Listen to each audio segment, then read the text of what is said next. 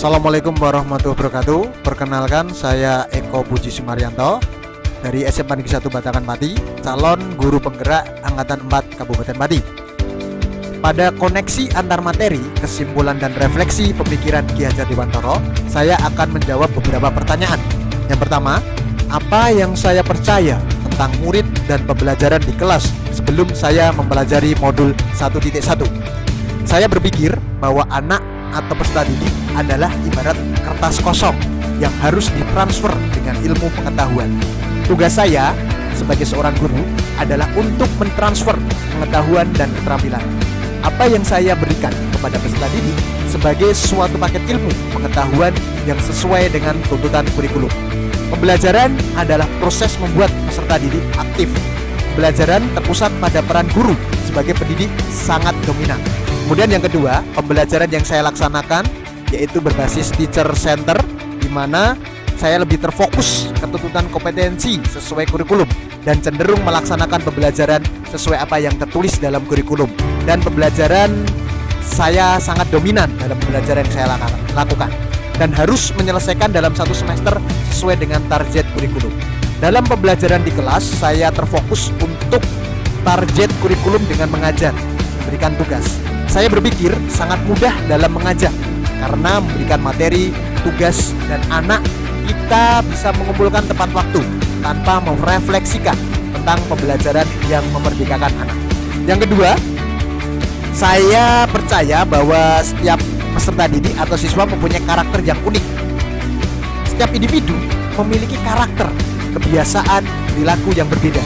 Dengan karakter yang berbeda tersebut menunjukkan keanekaragaman sifat manusia. Ada yang berkarakter baik, sopan, santun, baik kata atau perilaku terhadap orang tua. Ada juga yang berkarakter kurang baik, bicara atau bertingkah laku dengan orang tua atau guru kadang tidak sopan. Tetapi saya yakin anak-anak tersebut masih bisa dituntun ke arah yang lebih baik. Kemudian yang keempat, semua murid harus dapat menguasai semua bidang ilmu yang diajarkan guru tanpa memperhatikan potensi yang dimiliki murid atau siswa. Apa yang berubah dari pemikiran atau perilaku saya setelah mempelajari modul ini? Yang pertama, peran guru yaitu sebagai penuntun muridnya dengan sistem AMONG, asah, asih, dan asuh. Perubahan yang saya rasakan dari mempelajari filosofis Ki Hajar Dewantara yakni sistem AMONG dalam pembelajaran di kelas saya. Sistem AMONG dalam pembelajaran kelas bertujuan untuk mendidik anak sebagai subjek, bukan sebagai objek, karena anak adalah pusat pendidikan. Dalam pembelajaran tidak menghendaki paksaan, melainkan memberi tuntunan bagi hidup anak agar dapat berkembang dengan selamat, baik lahir maupun batinnya. Menyadari bahwa setiap anak itu istimewa, unik, dan memiliki potensi dalam dirinya. Dalam sistem AMONG, anak dididik di sekolah sesuai dengan bakat dan minat. Pendidik sebagai Tut Wuri Handayani berperan menuntun, mengasuh, membimbing anak sesuai kodratnya agar jiwanya merdeka lahir dan batin. Guru memberikan kebebasan pada anak didik dalam memilih gaya belajar yang mereka sukai. Dari yang tadinya hanya menuruti perintah atau instruksi akan berubah menjadi merdeka belajar. Kemudian yang kedua, setiap peserta didik mempunyai kodrat alam dan potensinya berdasarkan karakteristik masing-masing sesuai kodrat zamannya. Menurut Ki Hajar Dewantara, pendidikan anak berhubungan dengan kodrat alam dan kodrat zaman.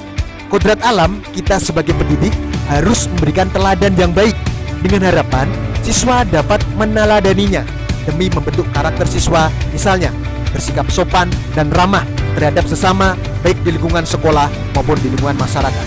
Sedangkan kodrat zaman yaitu pada pendidikan global menekankan pada kemampuan anak untuk memiliki keterampilan abad 21.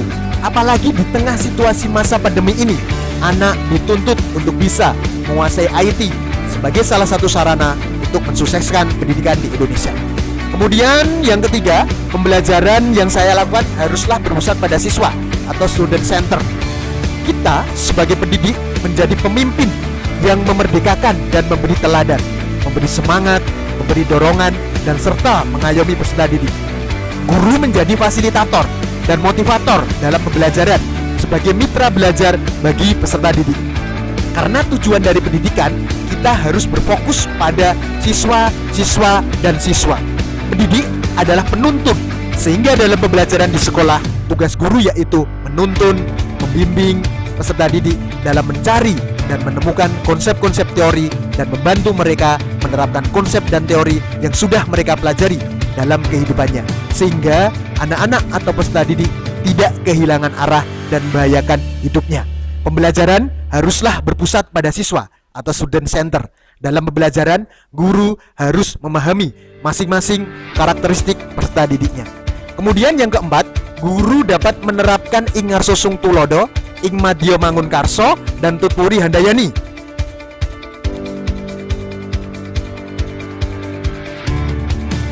Apa yang bisa saya segera terapkan lebih baik agar kelas saya mencerminkan pemikiran Ki Hajar Dewantara?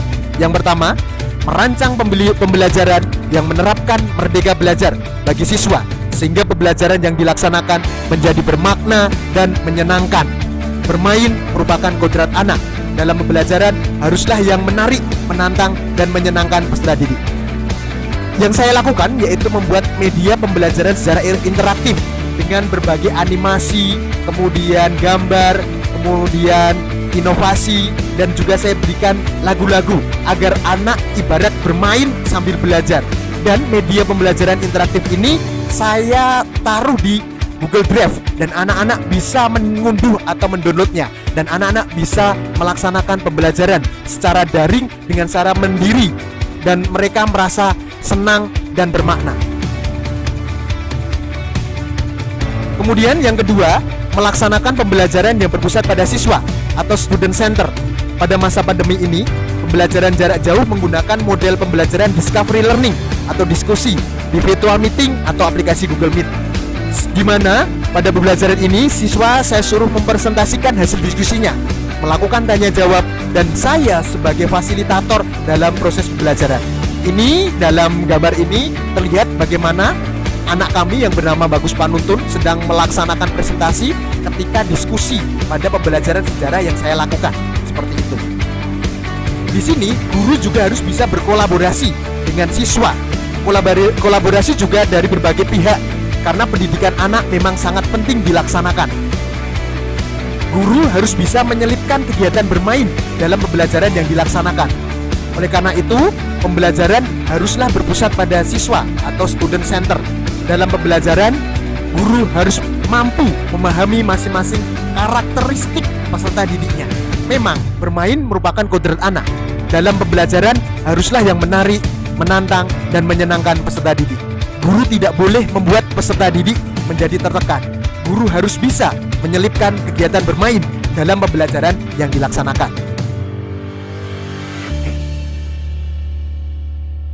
Demikian dari saya. Pesan saya atau kata mutiara saya yaitu, guru itu bukan hanya sebuah pekerjaan, tetapi guru adalah menyiapkan sebuah masa depan. Sekian dan terima kasih. Wassalamualaikum warahmatullahi wabarakatuh.